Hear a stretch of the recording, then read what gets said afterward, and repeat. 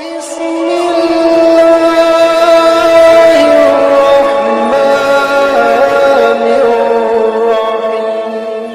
ونصلی علی رسولہ الکریم۔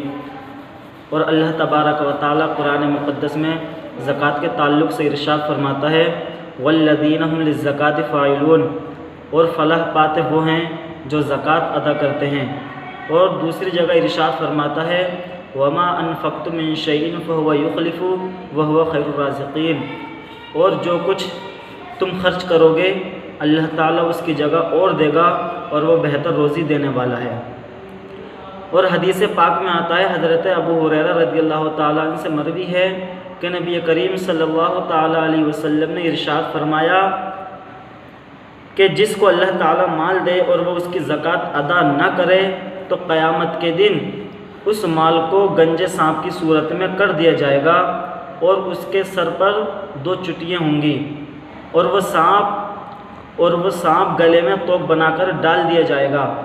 پھر وہ اس کی بانچھیں پکڑے گا اور کہے گا میں تیرا مال ہوں، میں تیرا خزانہ ہوں۔ قرآن کی آیت اور حدیث پاک سے پتہ چلتا ہے کہ زکوٰۃ کتنی اہم اور ضروری چیز ہے مسلمانوں کے لیے۔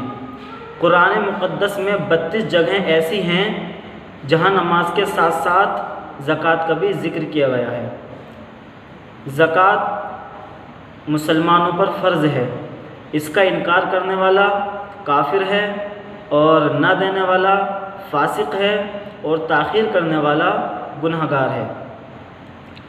زکوٰۃ کے فرض ہونے کے لیے چند شرطیں ہیں۔ مسلمان ہونا، کافر پر زکوٰۃ واجب نہیں۔ بالغ ہونا، نابالغ پر زکوٰۃ واجب نہیں۔ عاقل ہونا، پاگل پر زکوٰۃ واجب نہیں اگر پاگل پن اس کو پورے سال گھیرے رکھے، اور اگر سال کے اول و آخر اچھا رہتا ہے اور بیچ سال میں چاہیں وہ پاگل رہتا ہے تب بھی زکوٰۃ اس کے اوپر واجب ہے۔ آزاد ہونا، غلام پر زکوٰۃ واجب نہیں کیونکہ غلام کا اپنے پاس کچھ نہیں ہوتا، اس کا سارا مال اس کے آقا کا ہوتا ہے۔ مالک نصاب ہونا، یعنی 52.5 تولہ چاندی یا 7.5 تولہ سونا یا ان دونوں میں سے کسی ایک کی چیز کی قیمت کا مالک ہونا۔ مال کا پورے طور پر مالک ہونا، یعنی اس مال پر قبضہ بھی ہو تب زکوٰۃ واجب ہے ورنہ نہیں۔ نصاب کا دین سے فارغ ہونا، یعنی قرضے سے۔ نصاب کا حاجت اصلیہ سے فارغ ہونا، یعنی جو چیزیں ضرورت کی ہیں۔ مال کا نامی، یعنی بڑھنے والا مال ہونا اور سال گزرنا۔ اگر کوئی شخص نصاب کا مالک ہے اور اس کے اوپر قرض ہے کہ قرض ادا کرنے کے بعد نصاب نہیں بچتا تو اس کے اوپر زکوٰۃ واجب نہیں۔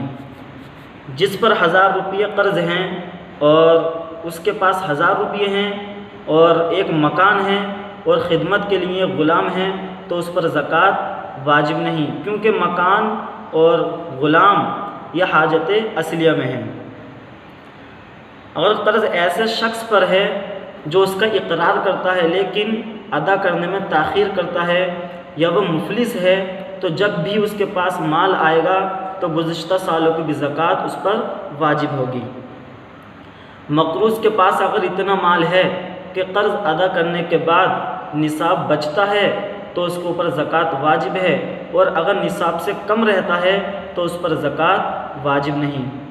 اگر کسی کے پاس 7.5 تولہ سونا ہے تو اس کو 2.25 ماشا زکوٰۃ دینا واجب ہے، اور اگر اس کے پاس 52.5 تولہ چاندی ہے تو ان میں سے 1 تولہ 3 ماشا 6 رتی دینا واجب ہے، اور اگر اس کے پاس اتنی قیمت ہے جو چاندی یا سونے کے نصاب کو پہنچ جائے تو اس کی زکوٰۃ 100 روپے میں 2.5 روپے ہے۔